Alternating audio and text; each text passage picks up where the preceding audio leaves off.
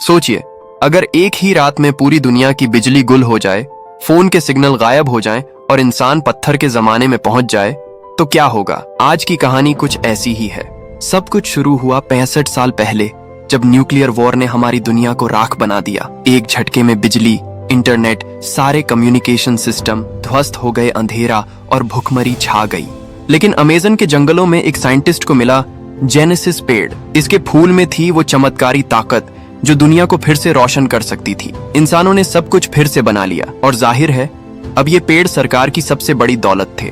पर जंग ने बच्चों के डीएनए बिगाड़ दिए थे। 90% बच्चे जेनेटिक प्रॉब्लम के साथ पैदा हो रहे थे। इस खतरे को खत्म करने के लिए साइंटिस्टों ने उसी फूल को ह्यूमन डीएनए में डाल दिया और यहीं से शुरू हुआ नया जमाना। अब हर बच्चा पैदाइश से ही कोई ना कोई स्पेशल पावर लेकर आता था। ये लोग कहलाए जेनेटिक्स। मगर वो 10% लोग जिनका शरीर इस फूल को एक्सेप्ट नहीं कर पाया, इन्हें कहा गया स्पेशल्स। ये राजाओं के गुलाम थे जिनका काम था सिर्फ साफ सफाई और मेंटेनेंस करना। अब मिलिए हमारे हीरो लियोन से। लियोन एक स्पेशल है जो व्हील चेयर पर है, पर उसका दिमाग बिजली से भी तेज चलता है। लियोन और उसकी पार्टनर क्लोई, जो एक आम स्टूडेंट बनकर आई है, आज जेनेसिस इंस्टीट्यूट में एक खतरनाक मिशन पर थे। क्लोई ने सबका ध्यान भटकाया और लियोन ने अपने एक मास्टरमाइंड डिवाइस से दरवाजा खोलकर प्राइवेट लैब में एंट्री मारी। सामने 2 गार्ड्स खड़े थे। लियोन ने एक छोटा चूहे जैसा खिलौना भेजा। जैसे ही गार्ड्स उसे पकड़ने झुके, चूहे में से निकली स्लीप गैस और दोनों गार्ड जमीन पर ढेर हो गए। लियोन ने चाबियां उठाई, वेंटिलेशन पाइप में गैस का टैंक जोड़ा और पूरा साइंटिस्ट स्टाफ गहरी नींद में चला गया। लियोन लैब के अंदर जाने वाला था, पर कोड गलत था। उसने फौरन क्लोई को कॉल किया।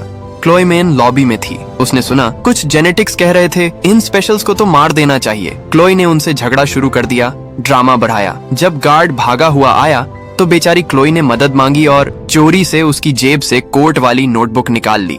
लियोन को कोड मिला, वह अंदर भागा। माँ की पुरानी घड़ी निकाली जिस पर लिखा था हम सब बराबर हैं। ये पढ़कर उसकी हिम्मत 7वें आसमान पर पहुंच गई।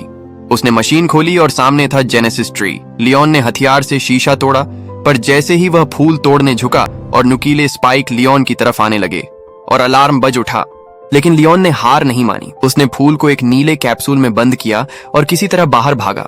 बाहर लियोन ने जानबूझकर क्लोई को टक्कर मारी, टेडी बेयर गिराया और कैप्सूल को टेडी के अंदर छिपा दिया। गार्ड्स ने लियोन को चेक किया, सिर्फ घड़ी मिली। उन्होंने घड़ी पर लिखी बात का मजाक उड़ाया। रोड पर सीनेटर फ्रैंक टीवी पर छाए हुए थे। वह कह रहे थे कि स्पेशल्स को भी ताकतवर बनाने वाली दवाई वह जल्द ला रहे हैं। क्लोई खुश थी, पर लियोन ने कहा ये सब झूठ है।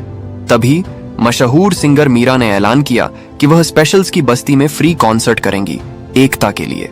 लियोन ने कहा सब दिखावा है। जब वे घर पहुंचे, एक छोटी वर्कशॉप में पता चला कि लियोन फूलों के हिस्से निकालकर अपाहिज लोगों के लिए हाईटेक प्रोस्थेटिक्स बनाता है। उनका यह इलीगल काम ही उनकी रोटी रोजी थी। एक क्लाइंट ने 3 गुना पेमेंट दिया और लियोन मान गया कि वह जेनेटिक्स डिस्ट्रिक्ट जाएगा। क्लोई डर गई, पर लियोन ने कहा मैं वहां का चप्पा चप्पा जानता हूँ। वे एक महंगे रेस्टोरेंट में गए जहाँ कुक भी उनकी तरह एक स्पेशल था जो मैकेनिकल सूट पहनकर चलता था। अचानक एंटी जेनेटिक्स गैंग ने दरवाजा तोड़ दिया और बिजली गुल। लियोन ने सूट ठीक किया। कुक बाहर पैसे लेने गया और अंदर और लाशों का ढेर लग गया। कुक किचन में खून से लथपथ वापस आया। उसने बताया कि बाहर कितना खतरा है और दम तोड़ दिया। लियोन और क्लोई अब फंस चुके थे। लियोन ने कहा जल्दी करो, मुझे कुक का सूट पहनाओ। 2 गैंग वाले किचन में आए। वे बात कर रहे थे कि परसों बहुत बड़ा कांड होगा। उनके बॉस ने अपने साथी को धमकी दी कि प्लान में कोई बदलाव नहीं, समझे। एक गुंडे से एक कागज गिर गया जिसे क्लोई ने चुपके से उठा लिया। तभी पुलिस की आवाज आई और गुंडे भाग गए। अचानक लियोन के सूट ने खुद को एक्टिवेट किया और उसे काउंटर पर फेंक दिया। लियोन ने गुंडों से लड़ने के लिए बर्तन और गर्म तेल का इस्तेमाल किया। लड़ाई में बॉस का मास्क खुल गया, उनका चेहरा दिख गया। लियोन ने आटा फेंका और सूट की ताकत से दरवाजा तोड़कर क्लोई के साथ बाहर भागे। अगले दिन टीवी पर लियोन और क्लोई की फोटो दिखाई गई। मीडिया ने उन्हें ही गैंग का आदमी बता दिया। तभी स्पेशल फोर्सेस का कैप्टन हजेस टीवी पर आया और स्पेशल्स की बस्ती पर रेड का ऐलान किया। लियोन और क्लोई की आंखें खुली रह गईं। हजेस का चेहरा वही था जो उन्होंने रेस्टोरेंट की लड़ाई में देखा था। पुलिस कमांडर ही एंटी जेनेटिक्स गैंग का लीडर था। क्लोई ने फ्लायर खोला, उस पर मीरा के कॉन्सर्ट का मैप था। साजिश खुली, ये गैंग कॉन्सर्ट पर हमला करेगी और इल्जाम हम जैसे स्पेशल्स पर डालेगी। लियोन डरकर भागने लगा, पर क्लोई ने उसे पकड़ लिया। हम दोनों ही जानते हैं, क्या हम हजारों बेकसूर लोगों को मरने देंगे? लियोन ने कहा मैं क्या करूंगा, मेरा आधा जिस्म काम नहीं करता। क्लोई रो पड़ी और बोली, तुम खुदगर्ज हो, और भाग गई। लियोन चाहकर भी उसे रोक नहीं पाया। फ्लैशबैक में दिखाया गया, लियोन के पिता ने उसे तब पकड़ लिया था जब उसे पता चला कि वह स्पेशल है। माँ की घड़ी देखकर लियोन ने अपने आंसू पोंछे और सूट को ठीक करना शुरू किया। क्लोई वापस आई और उसने अपने भाई की मदद की। लियोन ने अपने बनाए हथियारों से एक लोहे की रॉड मोड़ दी। मैं ह्यूजेस को पकड़ूंगा और उसका गुनाह कबूल करवाऊंगा। अगले दिन मीरा की फैमिली प्लानिंग सेंटर में एंट्री हुई। उसने डॉक्टर से कहा, मैंने अपॉइंटमेंट नहीं ली, पर मैं मीडिया से लियोन को बचाना चाहती हूँ। लियोन ने चालाकी से चाबी चुराई और मीरा ने सबको इकट्ठा करने के लिए परफॉर्म करना शुरू कर दिया। गैंग अंदर आ गई। लियोन लॉबी में भिड़ गया। उसने गैस बम छोड़े, पर गुंडे बहुत ज्यादा थे। हजेस ने उसे पकड़ लिया और मास्क उतारकर लियोन के चेहरे पर मुक्के बरसाने लगा। तभी फ्रैंक की सिक्योरिटी आ गई और गुंडे भागने लगे। मीरा ने बताया कि उसने ही फ्रैंक को कॉल किया था। लियोन ने पूछा, गुंडों का पीछा क्यों नहीं किया? तभी फ्रैंक ने लियोन को देखा और बोला, तुम हमारे लिए उनसे ज्यादा जरूरी थे बेटा। क्लोई सन्न रह गई। लियोन ने उसे झूठ बोला था, वही सीनेटर उसका पिता था। क्लोई नाराज होकर भाग गई।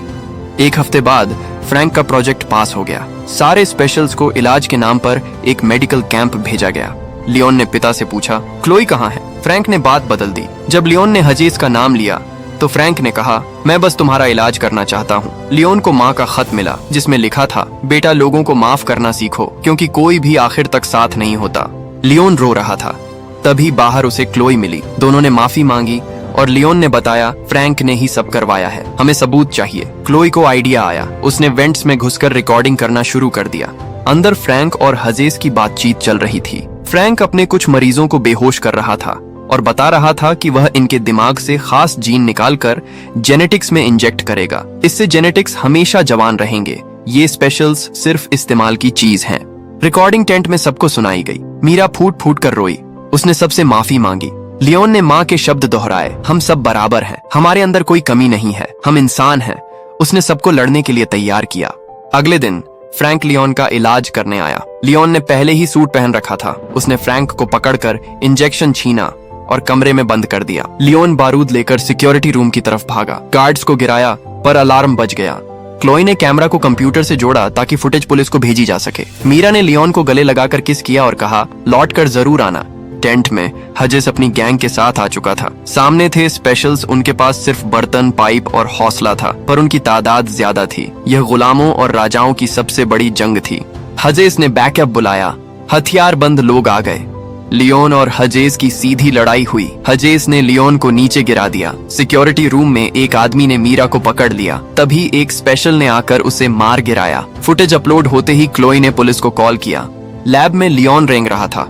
हजेस ने उसे फिर मारा और दोनों कंट्रोल पैनल के पास लड़ने लगे। लियोन ने एक चीज फेंक कर मारता है, जेनेसिस ट्री के शीशे में क्रैक आ गया। हजेस ने लियोन को उठाकर मशीन पर पटक दिया और पूरा शीशा टूट गया। हजेस अब लियोन को मारने वाला था और तभी लियोन ने आखिरी दांव खेला। उसने जेनेसिस का फूल तोड़ लिया। पेड़ से निकले नुकीले स्पाइक और वे सीधे हजेस के चेहरे में घुस गए और हजेस जमीन पर गिर पड़ा। पुलिस ने आकर फ्रैंक के सारे आदमियों को अरेस्ट कर लिया। मीरा और क्लोई भागकर लियोन के पास आईं और इस बार लियोन ने बिना सोचे मीरा को चूम लिया। एक हफ्ते बाद न्यूज चैनल फ्रैंक के घिनौने प्लान को एक्सपोज कर रहे थे। मास्क वाले हीरो की चर्चा थी, जिसे पुलिस ने फ्रैंक का बेटा होने से मना कर दिया। फ्रैंक खुद फरार था, पर अब गवर्नमेंट ने अलग अलग रखने की पॉलिसी खत्म कर दी। सबको आजादी मिली। मीरा का गला डैमेज हो गया था, अब वह गा नहीं सकती, पर वह लियोन के साथ अपनी जिंदगी में बेहद खुश है। और अंत में हम फ्रैंक को देखते हैं। वह कहीं दूर से लियोन को घूर रहा है। वह अभी भी बाहर है और उसका खेल खत्म नहीं हुआ है और कहानी यही खत्म होती है। अगर वीडियो पसंद आई तो लाइक कर देना, चैनल को सब्सक्राइब कर लेना।